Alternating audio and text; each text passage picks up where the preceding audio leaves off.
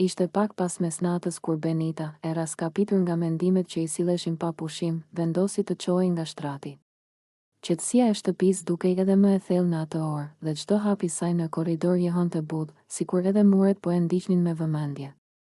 Ajo u ndal paksa para derës së Tonit, duke marrë frymë thellë. Brenda ndjente ankth, por edhe një lloj vendosmërie, ajo nuk donte të flinte me atë peshë në zemër, me një trokitje të lehtë, pothuajse të pavërejtshme, Benita lajmëroi praninë e saj.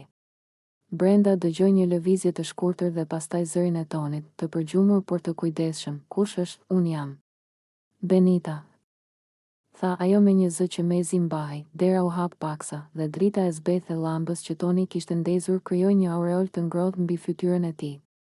Ai ngriti vetullat me habi të butë kur e pa atë aty, të mbledhur, me shikim të shqetësuar. "Çfarë ka ndodhur? Pse s'po fle?"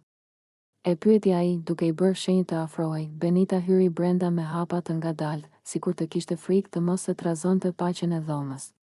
Toni u ul në skaj të krevatit, duke e vështruar me durim. Ajo qëndroi para tij për disa çaste, duke mbledhur fjalët. "Nuk dua të na mbetet keq ajo që ndodhi më herët," murmuriti ajo.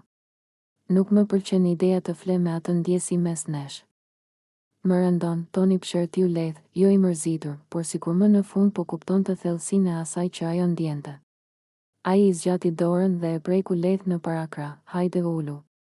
S'ka pse të qëndrosh në këmbë," i tha me mirë kuptim. Benita u ul pranë tij, por duke je tensionuar.